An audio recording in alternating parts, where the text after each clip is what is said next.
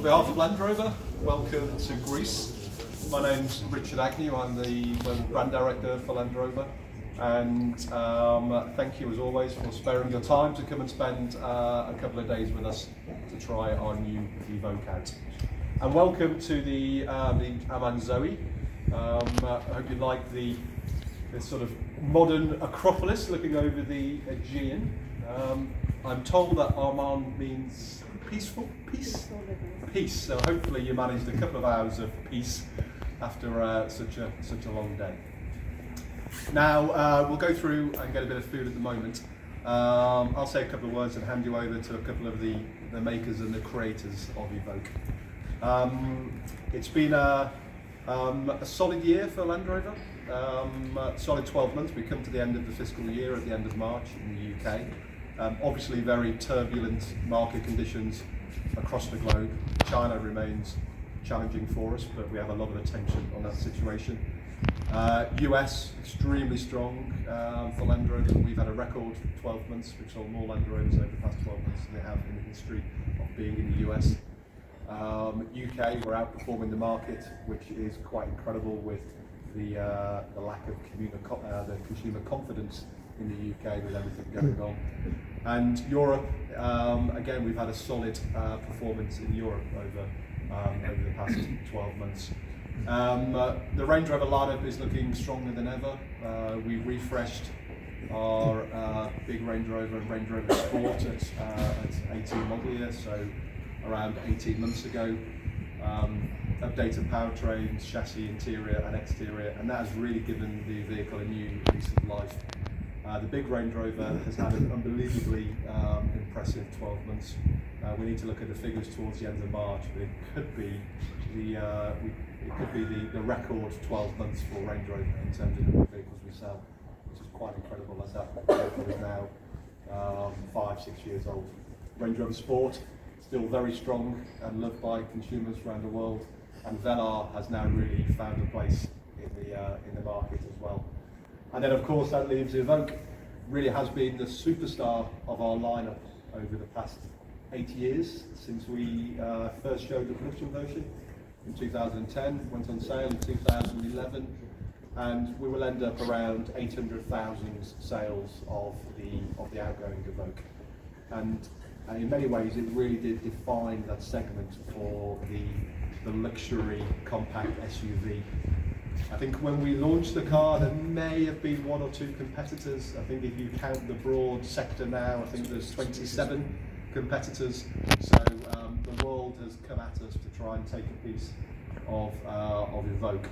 And we spent a lot of time, a lot of effort and a lot of thought into what the next generation of the Evoque should be. I hope you've liked your taster today. And really to give you a bit more information, I'd like to introduce 2 of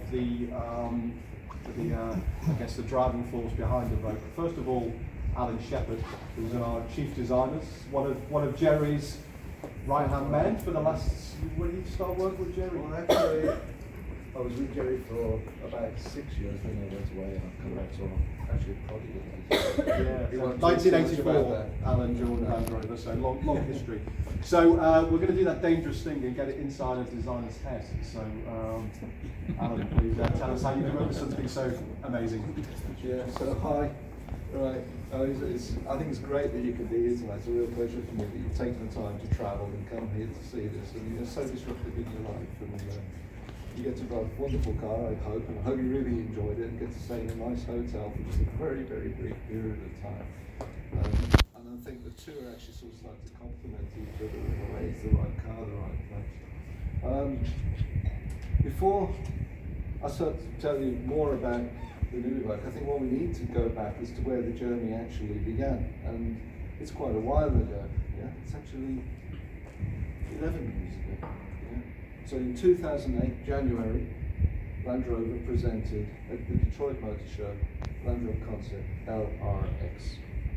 Yeah? And the reaction to that car was absolutely phenomenal. You know, people saw something in that car. It said something that they had never expected to see, Land Rover. And they just put the pressure on the firm and say, actually, we have to capitalize on that.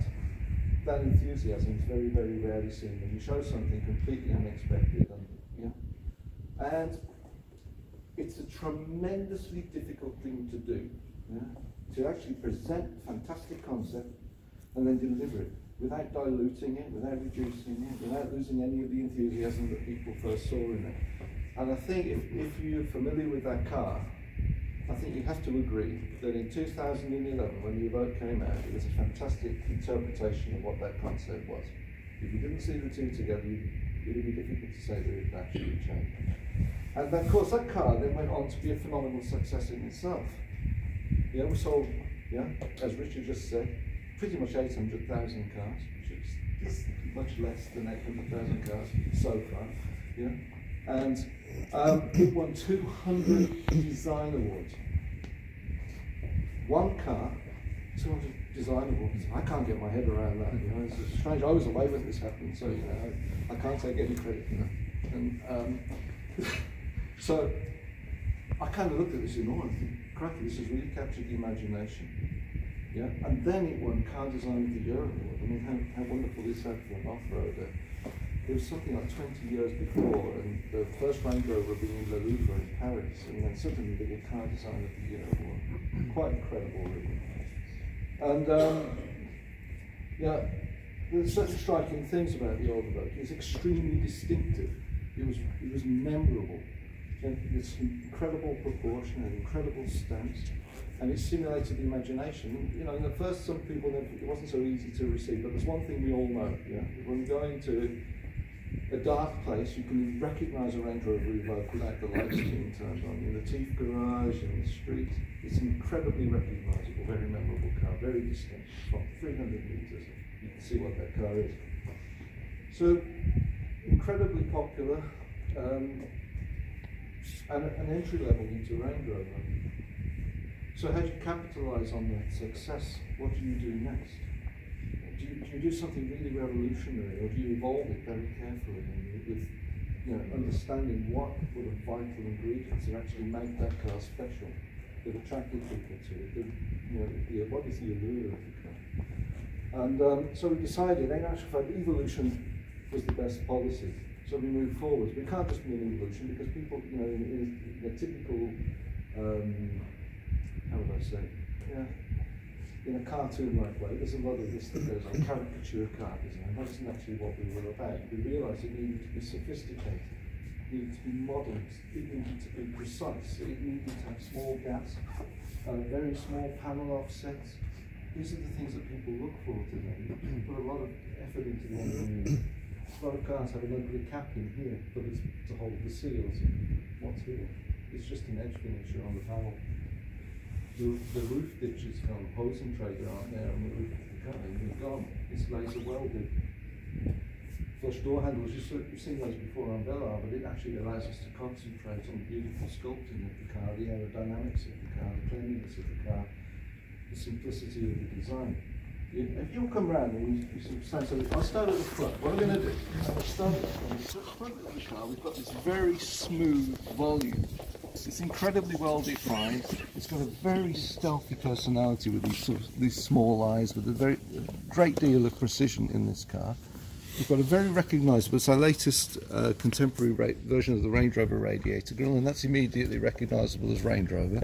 So there's a clear corporate identity for this car. These LED matrix headlights are very, very fine, and they're very simple. They're not contrived, there's not too much shape, they're very simple, and they flow so cleanly. So we have a line that runs very, very cleanly. The clamshell bonnet is absolutely pure, and we have this line that runs through. You have this feature that also ties back into this. Very, very clean. Beautiful flanks on the car. This edge off the bonnet actually runs through, becomes the shoulder of the car, and then to capture the emphasis of this, then we've got this beautifully clean, simple, dynamic line underneath. Very, very pure sections. Muscular wheel arches. Incredibly clean flanks. Beautiful sculpturing. I think the light play, the reflections work down the side of the car incredibly well. In terms of reduced detailing, we wanted this car to feel more at home in the city. 50% of these cars are actually used in metropolitan areas. 50% of these cars are used by professionals. We don't want to make the car look agricultural. Yeah, so we've removed the plastic eyebrows from here. We now have 21-inch wheels. Why do you need to make the wheels look bigger? Why we've got it's an authentic off-road vehicle. Why do we need to give the impression that we've got more wheel travel than we have?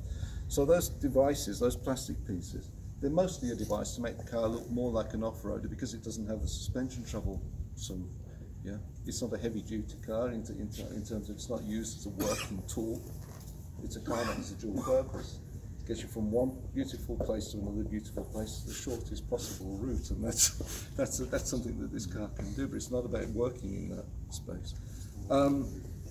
We played with the proportions of the car. We've actually got, it's just 21mm longer wheelbase, 21 millimeters. That's all. We visually reduce the overhang to the front and rear of the car. I think this gives the car a better proportion and a better stance. Yeah. I also think that the silhouette of this car, the most striking feature of the old car, yeah, was the rising belt line, running pure off the body, straight through the waist of the car and into the back. Absolutely clean as the original Range Rover, but it's got this attitude. And above this we've got the falling roof line. Yeah? It's absolutely undeniable silhouette here with the short overhangs. Fantastic. This all concludes to the end of the car. One of the biggest changes on the car, you probably noticed if you've been following each other today. Yeah?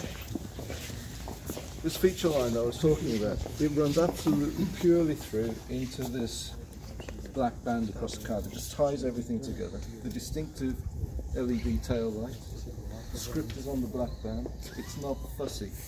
It's all clean, it's all flush, the offsets are small. If you look at the old car, it's chaotic. Yeah?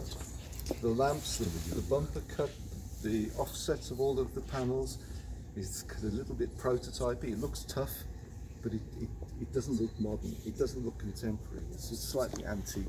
So we've moved away from that and we've got this much cleaner, much more robust look, much more wholesome look. Yeah. If I come to the interior of the car now, there's a lot of walking involved in this.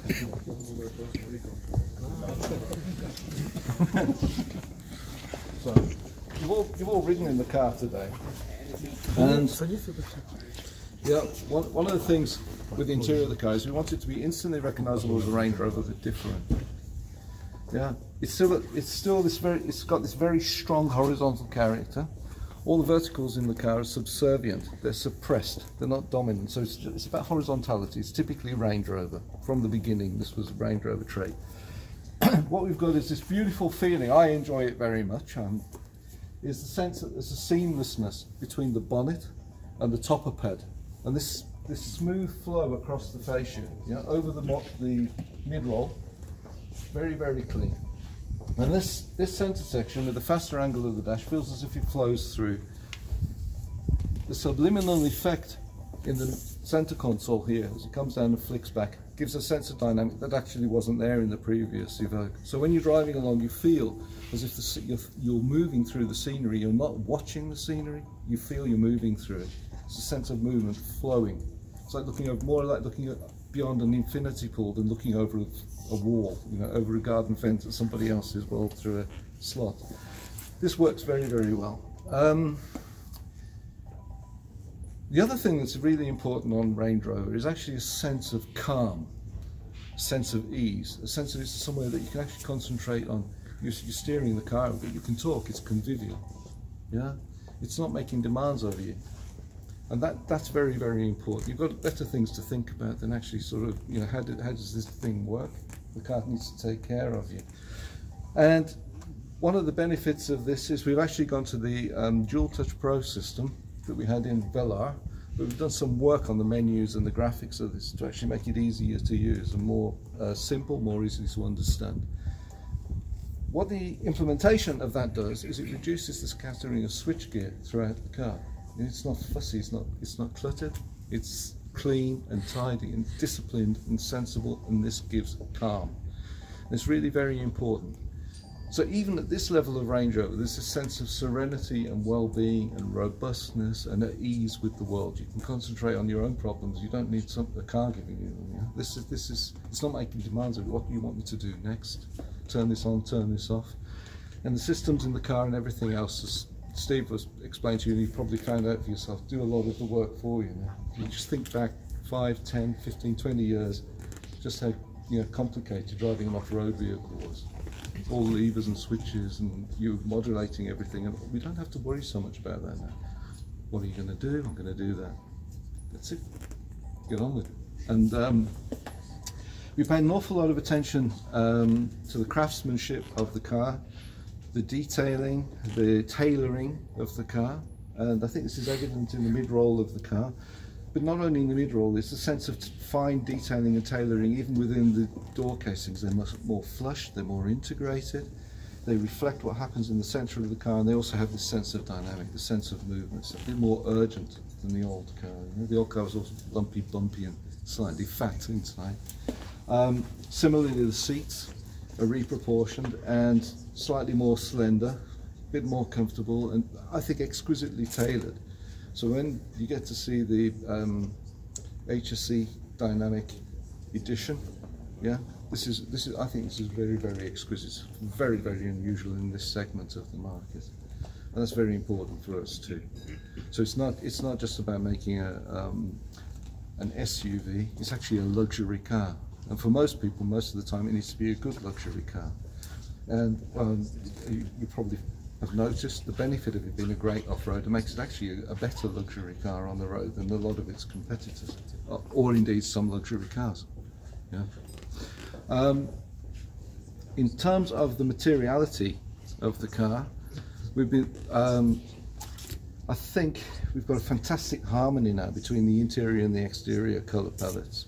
It's much more mature, it's more grown up, it's more sophisticated, it's more complementary, and it's also calmer. We've introduced 2 new colours on the car. The cars that you've been driving today are probably in Sol Silver, yeah, and Nolita Grey.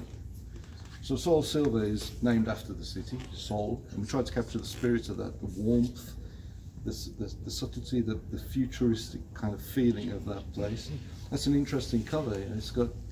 It shifts with the lighting, with the shadings. 3 colour reads on that car. So in the morning it's different to what it is in the lunchtime, to what it is in the shade, to what it is under street lighting. Fascinates me in the way that colour moves. This car is in Nolita Grey. And Nolita is a very happening suburb in New York. It's just north of Little Italy. That's what Nolita means. It's an abbreviated term for this neighborhood, this district, Stadtteil. Yeah, this is Nolita, and it's a happening place. It's a very contemporary place. It's edgy, it's modern, it's sophisticated. People are into minimalism. They're into sophisticated living. So the color fits to that very, very well. Yeah. Also on the interiors, if you had the SE or the SE car today, there's a combination of ultra fabric PU. We've also got eucalyptus fabric in there, eucalyptus melange. Yes, it's a genannt, yeah, okay. And this is a first, yeah. Top-end furniture manufacturers and so on, they're playing with this at the moment, and this is the first, we go the first to market in an automobile. There's a whole variety of the bandwidth of people out there that actually find leather unacceptable, but they still want robust, easy to clean interiors. They still want that sense of specialness, yeah. And I think the fabric in that car works incredibly well. I've been riding around in one since I got here, and I find it comfortable. It breathes. It's actually quite comfortable to sit on. In the HSE cars, we have Quadrat. Wool blend fabric. This is 30% wool mix, and it's extremely durable, coloured, stable, and all of these things that we used to worry about on cloth interiors, fabric interiors in cars. Those problems won't be there. Warm in winter, cool in summer, and the complementary material to that car is a micro suede material. Yeah. In the diamond perforation. This material is made from 100% bottle tops. Yeah, you've probably heard that before. That's very luxurious, isn't it? But in actual fact, we're self-conscious of this. What happens to these materials? We say they're recyclable. What do they get used for? We're using them to trim the car, and they can be recycled again. So we're not actually, things aren't going to landfill. We're actually saying that's a great place to be. This is one of the sexiest feeling materials I've actually ever felt, and I think it's very, very nice. We also have a new colour for the leather on the car, because I'm a big fan of leather personally. I like it. I'm not ready to see the back of leather yet. So for those people that want leather, it's still there. And we've just introduced a new colour which is called Deep Garnet. It's a very, very deep, rich red. It's like a wonderful burgundy. And I think if I order a car myself, that's the colour I'll order it in. Possibly Sol Silver with a red interior, I think. This would probably be what I'd get. And it's not a serving suggestion from me, it's my own preference. So, in summary, right, I think what we've got, I just talked to you about sustainability and considered choices, social responsibility. We've looked at that aspect of it. I told you we had a 20mm longer wheelbase. 21, sorry. We have 20mm more knee room in the back of the car. If any of you are interested in riding in the back of the car tomorrow, you should try it out, especially the taller people. It's actually surprisingly spacious. And here's something that can be really, really irritating. Small things. You get to the car and you've got your house keys, you've got a cell phone, you've got portemonnaie, you've got all of these things. What the hell am I going to do with this? You're balancing on the top of the dashboard, it falls down by your feet. Now, you've got 85% more small item stowage in the car. How many? 85%. So the pockets are bigger, we've got storage in the center console, we've got a removable tray, drinks holders, storage under the center console. There are two clever holsters, not easy to see.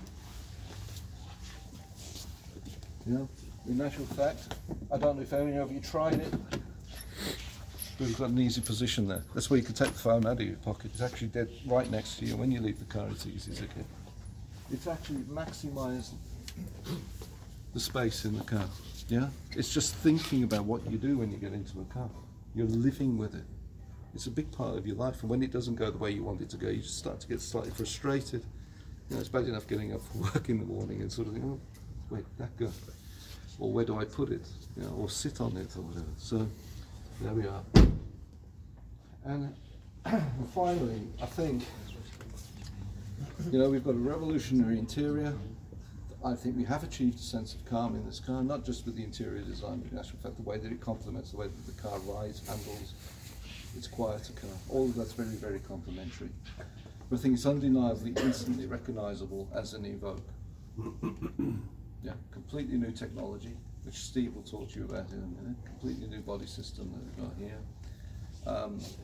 We've still got the rising belt line, we've still got the falling roof, we've still got this sort of wheel in each corner appearance with the car.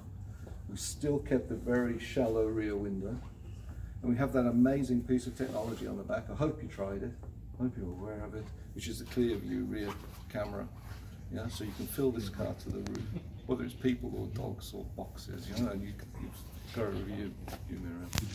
Or you have somebody tailgating and it's slightly higher. This is fitted to the antenna. And now, Steve Mosley.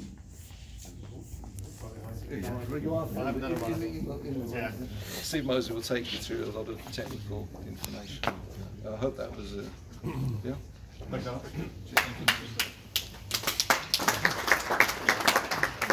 Good evening, ladies and gentlemen. I promise I won't keep you beyond 8 o'clock. I recognise most of you have been up since 14 hours and it's a long day. So briefly, I just want to take you through the underskin on the floor. So 4 years ago, concept phase, we had a key goal was to inject some extra Range Rover DNA into this car, to improve the ride quality, interior space, etc., making it an all-round better place to be. We also had to think about electrifying the car, think about the future. So all of the automatic cars you drove today have MHEV as standard from job one. We also have PHEV coming 12 months later, so that's a 3-cylinder petrol engine. You'll see it over there when you look through the iPad. To deliver that, we've had to create a whole new, all mixed metal, premium transverse architecture. The body you see over there is all new. The only thing that's carryover from the original Evoque is the hinges. Customers also told us not to make the car any bigger, which gave us a really exciting engineering challenge, because as well as packaging the MHEV and the PHEV, we've also made the boot space 10% bigger. We created another 20mm knee clearance in the rear. We've created more space for the urea and the fuel, so there's 15% bigger capacity for those as well. From a chassis powertrain perspective, 9-speed auto comes with MHEV as standard from job 1 for EU6 markets. New drive lines now come with disconnect to the front axle on all cars. And we have a next generation of active driveline with twin clutch and rear axle to deliver the true torque vectoring. New rear suspension, new front suspension, new links, new knuckles. We have next generation of adaptive dynamics, all transforming the ride comfort which you'll have felt and received today. From a technology point of view, we have terrain response too from the Big Brother Range Rover. So you'll all have experienced the auto mode today, which gives you the best grip for the surfaces. We have a Touch Pro Duo, so 2 10-inch touchscreens, which allows you to get to the features quicker. We also have Apple CarPlay and Android Auto compatible as standard. We have software over the air, so customers get the latest generation of software straight into the car, they don't have to go to dealers to have it downloaded. As Alan's just said, to support the great coupe design, we're challenged by design to get rid of the letterbox on the back. And the engineers didn't disappoint. They came up with a clear sight rear view mirror. Again, if anybody's experienced that today, you'll see what a fantastic engineering feat that is. Doubles the field of vision at the rear, and as Alan's just said, you know, if you have occupants in the back, you can still see what's going on behind you. Really, that's it from me. I did say I'd get you done by 8 o'clock. If you have any questions at all tonight, technical or design-wise, Alan and myself will be around. If you can't think of tonight, if there's something tomorrow, we'll meet for the coffee stop as well. So we'll be there if there's something that comes up during the night. I thank you all for your time. Please go and have some food. I shall see you then. Thank you very much. Thank you. Right, are you all dinners?